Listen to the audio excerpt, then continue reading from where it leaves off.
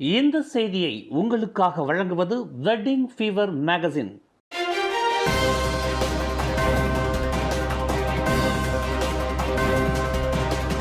வணக்கம். திசைகளின் 10 மணி செய்திகள்.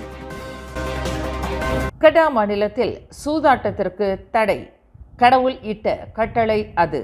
சனுசி விளக்கம். கடா மாநிலத்தில் சூதாட்டத்திற்கு தடை கோரி நீதிமன்றத்தில் மனு செய்த அம்மாநிலத்தின் மந்திரி பசார் டத்துஸ்ரீ முகமது சனுசியின் மனு மீண்டும் மறுபரிசீலனையில் உள்ளது.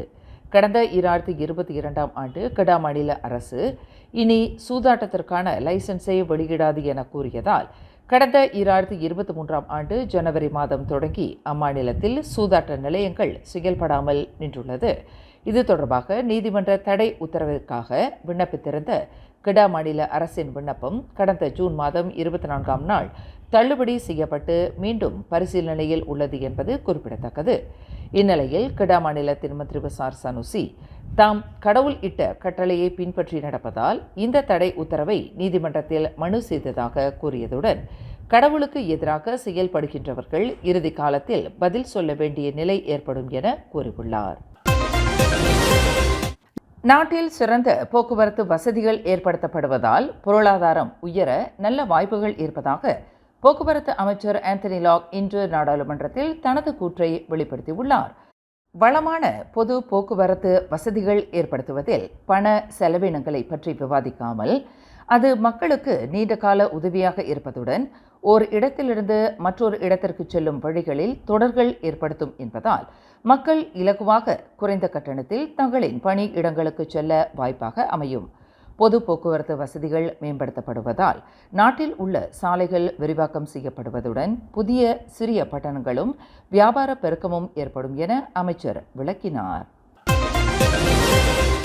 சுய ஒழுக்கம் கொண்டவர்களும் நற்பண்பு நிறைந்தவர்களும் நாட்டில் இன்னும் போதவில்லை என்று மலேசிய பிரதமர் டத்துஸ்ரீ அன்வார் இப்ராஹிம் கூறியுள்ளார். தெலங்கானா மாநிலத்தை சார்ந்த உள்துறை அமைச்சு அதிகாரிகள் ஏற்பாடு செய்திருந்த நல்லெண்ண விருந்து உபசரிப்பில் கலந்து கொண்டு உரையாற்றிய பிரதமர் அரசியல்வாதிகள் அதிகாரிகள் அனைவருக்கும் நற்பண்புகள் ஊட்டும் பயிற்சிகள் தர வேண்டும் என்றார். நிறைய அரசியல்வாதிகள் காழ்ப்புணர்ச்சி, ஊழல், களவாடுதல் போன்ற எண்ணம் கொண்டவர்களாக இருப்பதால் அவர்களுக்கு நற்பண்பு சார்ந்த பயிற்சிகள் கட்டாயம் என வலியுறுத்தியதுடன் நற்பண்புகள் கொண்டவர்களையும் சுயமரியாதையுடன் இயங்குபவர்களை உருவாக்குவதில் நிறைய சிக்கல்கள் இருப்பதாக அவர் மேலும் கூறினார். காவல் நிலையங்களின் நுழைவாசல் இரவு 10 மணிக்கு மேல் மூடப்படும் என மலேசிய உள்துறை அமைச்சர் டத்துஸ்ரீ சைஃபுடின் நசுத்தியோன் இஸ்மாயில் கூறிய கூற்றை தவறாக புரிந்து கொண்டவர்களுக்கு அது தொடர்பான விளக்கத்தை அமைச்சர் இன்று அளித்துள்ளார். இரவு 10 மணிக்கு பிறகு காவல் நிலையங்களின் நுழைவாசல் மட்டுமே அடைக்கப்படும் என்றும் மற்றபடி காவல் நிலையங்கள் வழக்கம் போல 24 மணி நேரமும் செயல்பட்டு கொண்டிருக்கும் என அமைச்சர் விளக்கம் கூறினார். மிக பிரச்சினைகளுக்குரிய இடங்களில் உள்ள காவல் நிலையங்களின் நுழைவாசல்கள் இரவு 10 மணிக்கு மேல் மூடப்படும் என்றும் இது ஒன்றும் புதிதான விஷயம் அல்ல என அமைச்சர் கூறியதுடன் இது மலேசிய தேசிய காவல் படை தலைவர் முன்பு அறிவித்திருந்த கட்டளையும் கூட என சைஃபுடின் தெளிவுபடுத்தினார்.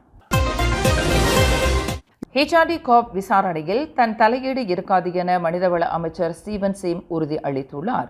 ஹெச்ஆர்டி காப் அமைப்பில் முறைகேடுகள் நிரூபணமானால் அதில் தொடர்புடைய அதிகாரிகள், அமைச்சர்கள், துணை அமைச்சர்கள் என எவர் மீதும் பாராபட்சம் காட்டாமல் அவர்கள் மீது தகுந்த நடவடிக்கைகள் எடுக்கப்படும் என ஸ்டீவன் சீம் கூறினார்.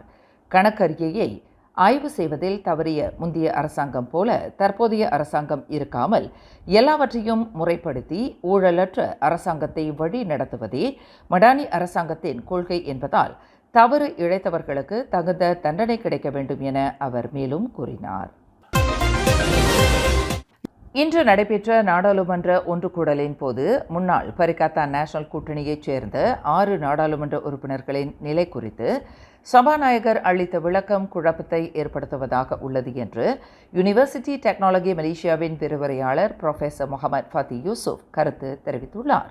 நாடாளுமன்ற தலைமை சபாநாயகர் தன்ஸ்ரீ ஜோஹாரி அப்துல் முன்னாள் பரிகாத்தா நேஷனல் கூட்டணியைச் சேர்ந்த அந்த 6 நாடாளுமன்ற உறுப்பினர்களும் உறுப்பினர் தகுதி கொண்டிருப்பதாக கூறிய கூற்று தொடர்பாக எதிர்க்கட்சியினர் அதிருப்தியை வெளியிட்டிருந்த வேளையில் கிளந்தான் மாநில சட்டமன்ற சபாநாயகர் அளித்த விளக்கமும் நாடாளுமன்ற சபாநாயகர் அளிக்கின்ற விளக்கத்திலும் முறைப்பாடுகள் இருப்பதாக அவர் மேலும் கூறினார். கடந்த ஜூலை 6ஆம் நாள் நடந்து முடிந்த சுங்கைபாக்காப் சட்டமன்ற தேர்தலுக்கும் டீசல் விலை உயர்வுக்கும் தொடர்பு இல்லை என PKR கட்சியின் துணைத் தலைவர் ரஃபிசி திட்டவட்டமாக கூறியுள்ளார். சுங்கைபாக்காப் இடைக்கால தேர்தலின் போது 4000 வாக்குகள் கூடுதலாக பெற்று பெரிகத்தா நேஷனல் வெற்றி பெற்றதற்கு அரசாங்கம் டீசல் எண்ணெயின் கட்டணத்தை உயர்த்தியதுதான் காரணம் என தவறான புரிதலை பரப்பி வருபவர்களை ரஃபிசி கடுமையாக சாடினார். பகத்தான் ஹரப்பானின் தோல்விக்கு முக்கிய காரணம் மலாய்க்காரர்கள் அல்லாதவர்கள் இடைத்தேர்தலின் போது வாக்களிக்க வரவில்லை என்பதுதான் என திட்டவட்டமாக கூறினார். இன்று மாலை 2:30 மணி அளவில் சிங்கப்பூர் லிங்க் 2 செல்லும் பாலத்திலிருந்து 45 வயது ஆடவரின் சடலம் ஆற்றில் விழுந்துள்ளது. அடையாளம் தெரியாத அந்த ஆடவரின் சடலத்தை மீனவர்கள் சதுப்பு நிலப்பகுதியில் கண்டெடுத்துள்ளனர். பாலத்திலிருந்து விழுந்த அந்த ஆடவர் ஆற்று நீரோடையால் இழுத்துச் செல்லப்பட்டு சதுப்பு நிலப்பகுதியில் ஒதுங்கியிருக்கக்கூடும் என ஜோகூர் மாநில தீயணைப்பு மற்றும் மீட்பு பணிக்குழுவின் பத்திரிகை பேச்சாளர் தகவல் தெரிவித்துள்ளார். கழிவறையில் தொலைபேசியை பயன்படுத்தி பதிவு செய்யப்பட்ட குழந்தை பாலியல் புகைப்படங்களை வைத்திருந்ததாக ஒரு மருத்துவ மாணவர் தனது குற்றத்தை ஒப்புக்கொண்டார். 20 வயது மதிக்கத்தக்க டெஸ்மண்ட் தான்சி யோங் என்ற அந்த மருத்துவ மாணவர் இன்று செஷன்ஸ் நீதிமன்றத்தில் நீதிபதி அபுபக்கர் மனம் முன்னிலையில் குற்றத்தை ஒப்புக்கொண்டார். கடந்த ஜூன் 29ஆம் தேதி சியாலின் கமர்ஷியல் சென்டரில் இரவு 9 மணி அளவில் இந்த குற்றத்தை அவர் செய்ததாக கூறப்படுகிறது. குழந்தைகளுக்கு எதிரான பாலியல் குற்றங்கள் சட்டம் 2017 கீழ் குற்றம் சாட்டப்பட்டு குற்றம் நிரூபிக்கப்பட்டால் அதிகபட்சம் 5 ஆண்டுகள் சிறை தண்டனை அல்லது 10,000 வெள்ளி அபராதம் அல்லது இரண்டுமே விதிக்கப்படும் என்பது குறிப்பிடத்தக்கது.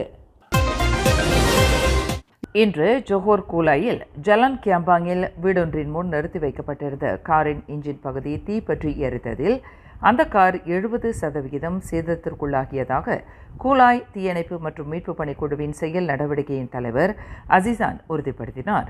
வீட்டின் முன் நிறுத்தி வைக்கப்பட்டிருந்த காரின் இன்ஜின் பகுதி திடீரென தீப்பற்றி கொண்டதில் அது வாகனத்தின் பிற்பகுதி வரை பரவியதாக அவர் மேலும் கூறினார். மேலும் செய்திகளை தெரிந்து கொள்ள கீழே இருக்கும் பெல் பட்டனை அழுத்துங்கள். உங்கள் மகிழ்ச்சியை வெளிப்படுத்த லைக் மற்றும் ஷேர் செய்யுங்கள். தொடர்ந்து திசைகளோடு இணைந்திருக்க சப்ஸ்கிரைப் செய்யுங்கள்.